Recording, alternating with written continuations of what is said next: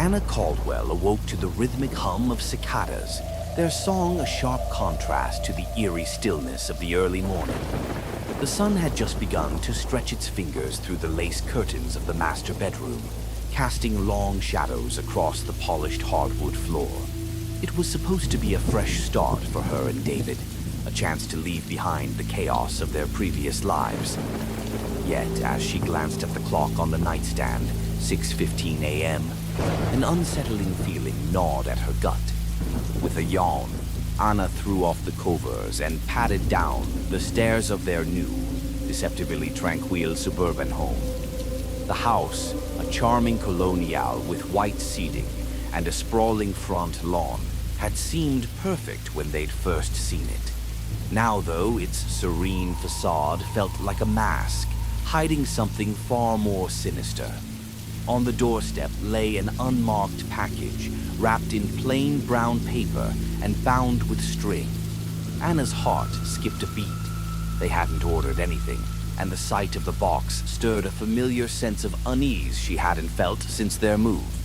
She bent down to pick it up, the string cool against her fingers. As she carried the box inside, David shuffled into the kitchen, rubbing sleep from his eyes. "Morning," he mumbled, grabbing a coffee mug. "What's that?" Anna set the box on the kitchen counter. "It was on the doorstep. I didn't order anything." David frowned and took a sip of his coffee. "Probably just a mistake. People are always messing up deliveries." Anna sliced open the tape with a butter knife, her curiosity outweighing her hesitation. Inside, she found an old photograph of a young couple standing in front of a dilapidated house. The photo was black and white, the edges frayed as though it had been kept hidden for years. Alongside the photo was a note scrawled in uneven handwriting. "Welcome to Riverview Heights. Are you ready for the truth?" David leaned over her shoulder. "That's strange. Do you recognize them?" Anna shook her head, her pulse quickening. "No, but it feels like more than just a prank." Chapter 2, The Second Box. The following morning, another package awaited them. This one was slightly larger and heavier. Anna's hands trembled as she unwrapped it, revealing a collection of dusty old books and a small, ornate box. Inside the box were strange symbols etched onto wooden tiles, each one more cryptic than the last. David's skepticism grew as he examined the symbols. "This is getting ridiculous. Someone's playing games with us." Anna's unease deepened. "I don't think it's just a prank. There's something unsettling about this." That night, Anna couldn't shake the feeling of being watched. The oppressive heat of the summer only seemed to amplify her discomfort. As she lay in bed, the whispers of the cicadas outside grew louder, their sound almost as if it were trying to communicate a secret. Chapter 3, The Investigation. Determined to get to the bottom of the mystery, Anna began researching the items from the packages. She visited the local library and pored over old newspapers and historical records. To her growing horror, she discovered a series of tragic events that had occurred in Riverview Heights decades ago. One article detailed the mysterious disappearance of the couple in the photograph, the Langdons, who had vanished without a trace in the 1950s. Another revealed that their disappearance had been linked to a series of strange occurrences involving local families. As Anna delved deeper, she found a pattern of unsettling coincidences and a dark history that suggested the community had long been hiding something. David, though still skeptical, began to share her concern as strange incidents started to occur around their home. Objects would move on their own, and a sense of dread seemed to permeate their once comforting environment. Chapter 4, The Third Box. The third package arrived with a note that read, "The past never truly dies. It lingers, waiting for its moment." Inside were more photographs, these showing various houses in the neighborhood with disturbing symbols painted on the doors.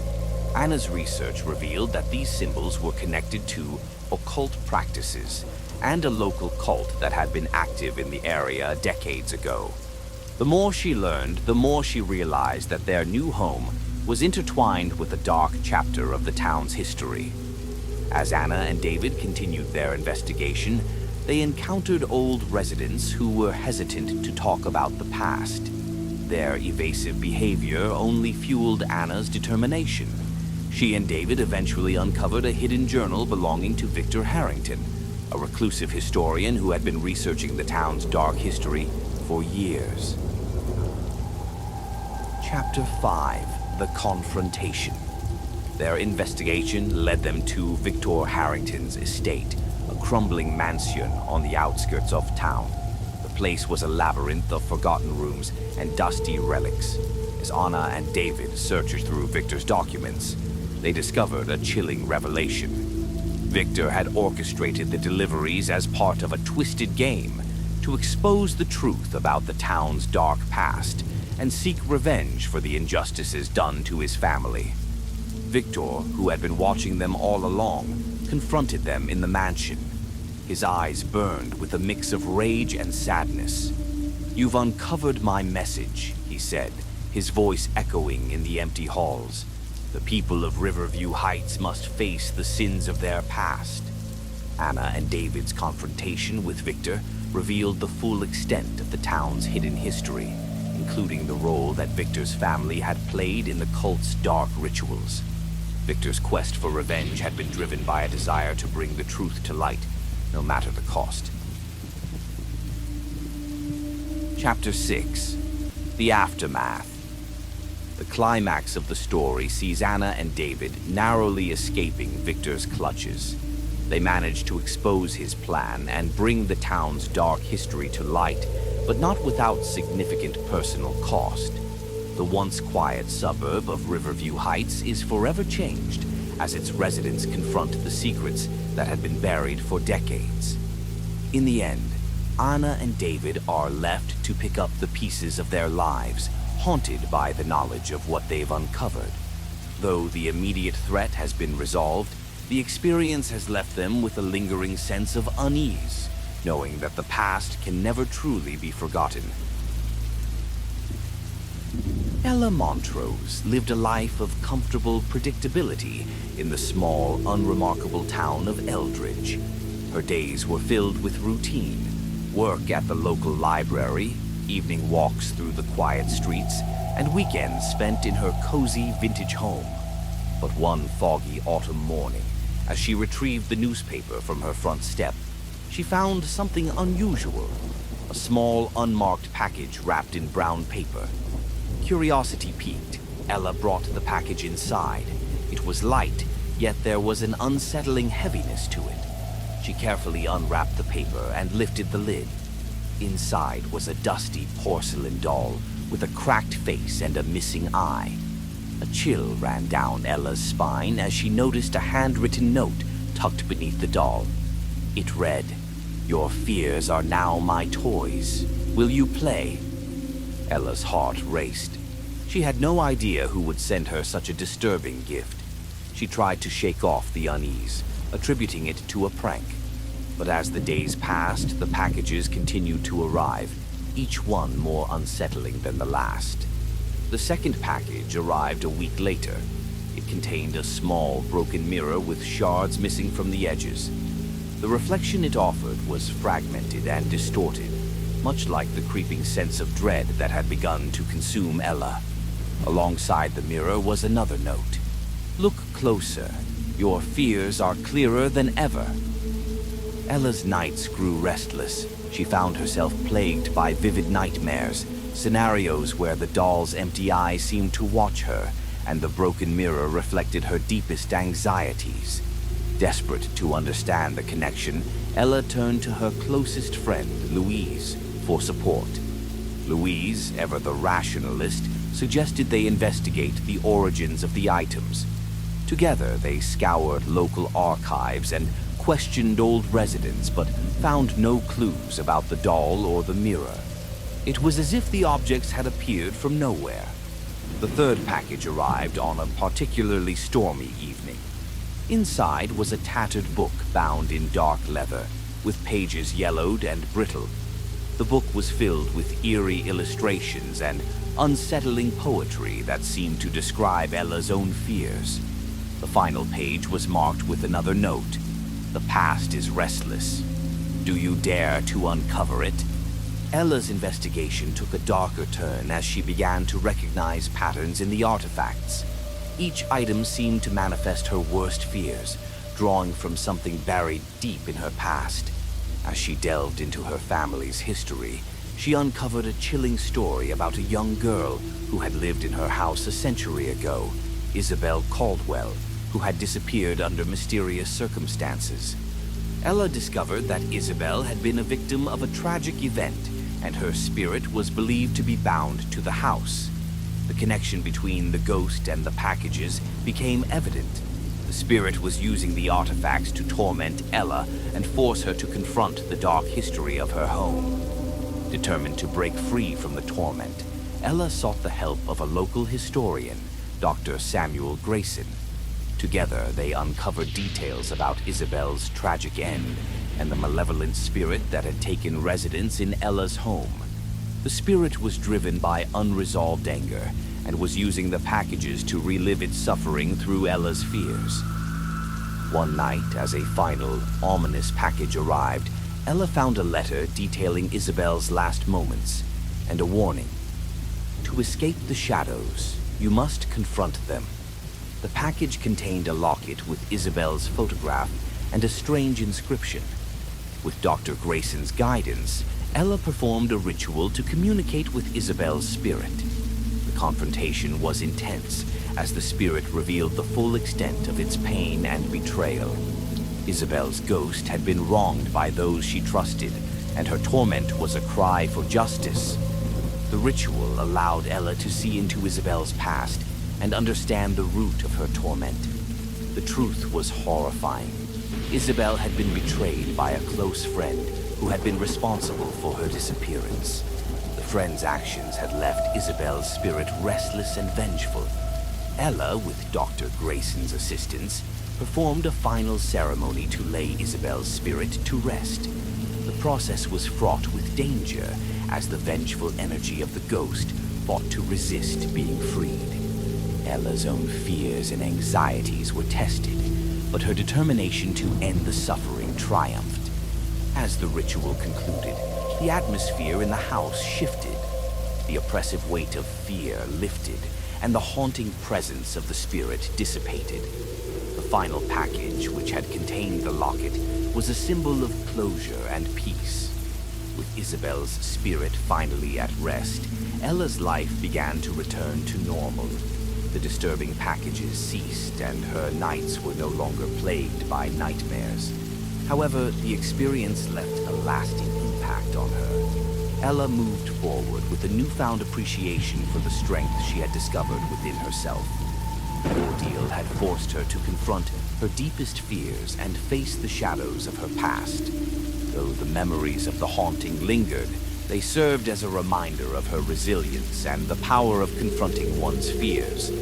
Eldridge remained a quiet town, but for Ella it was a place where she had faced darkness and emerged stronger. The shadow of the past had been vanquished, and the legacy of Isabel Caldwell was finally put to rest.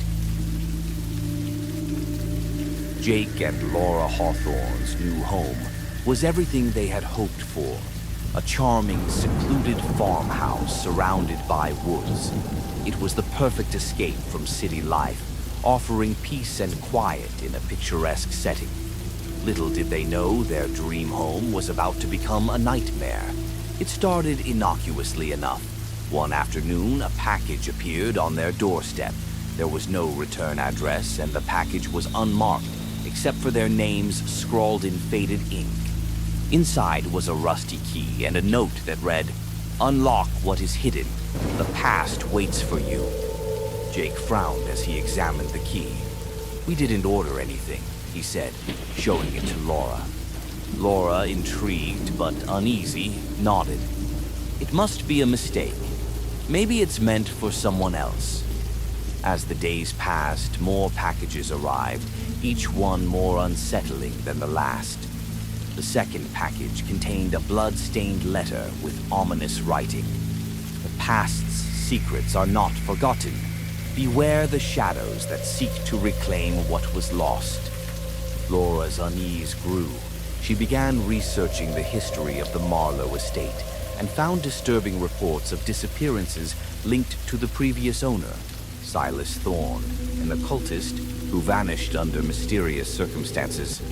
The third package arrived on a stormy night.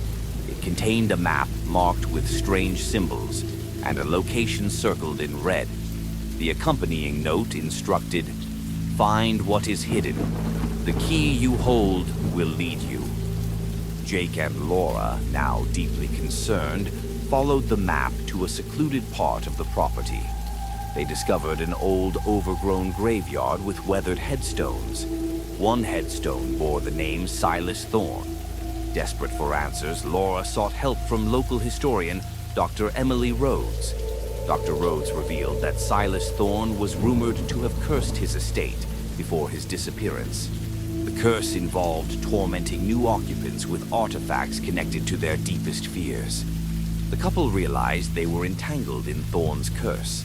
Each package was a piece of a dark puzzle, designed to manipulate and terrorize them. The cryptic instructions led them to uncover horrifying truths about the curse and its demands. The final package arrived with a letter demanding a price for their freedom.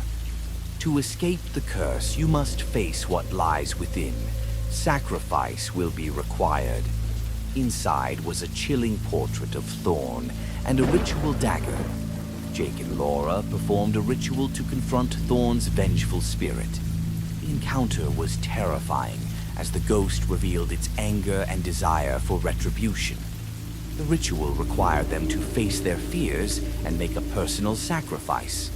During the final confrontation, Jake and Laura were pushed to their limits.